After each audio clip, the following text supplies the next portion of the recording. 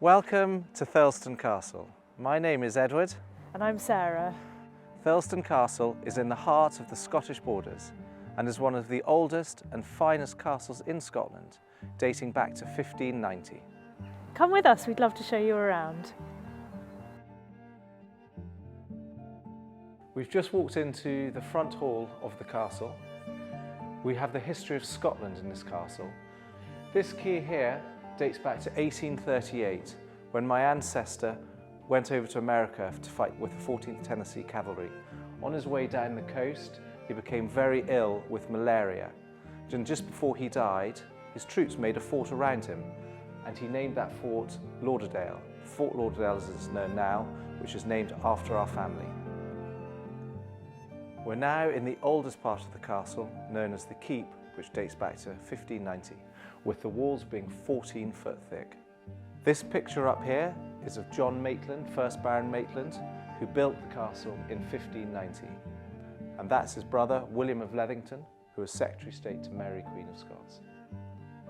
So we're now in the State Drawing Room, which is the biggest room in the castle.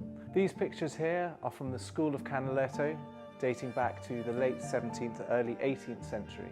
The ceilings, if we look up here, are once again just remarkable. These ceilings date back to 1670. They were done by the famous plasterer George Dunsterfield, who went on to do the ceilings at Holyrood Palace in Edinburgh. People come from all over the world to see these. These ceilings, to me, are so important to the interiors of the castle. We're now in the State Dining Room. It's a wow factor.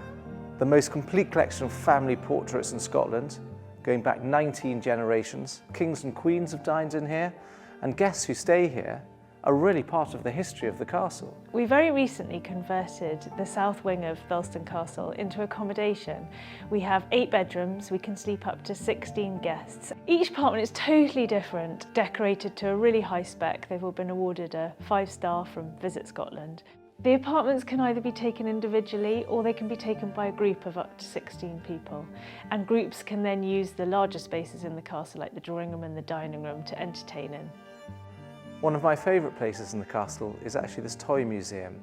Some of these toys I grew up playing with, whether it was the soldiers, whether it was sitting around this desk, but a lot of them we've been very fortunate to be donated by the Pollock Trust. We very much hope you've enjoyed this snippet of a tour around the castle, and there is so much more to see. And we very much look forward to welcoming you and your guests here to Thirlestane Castle in the Scottish borders in the south of Scotland.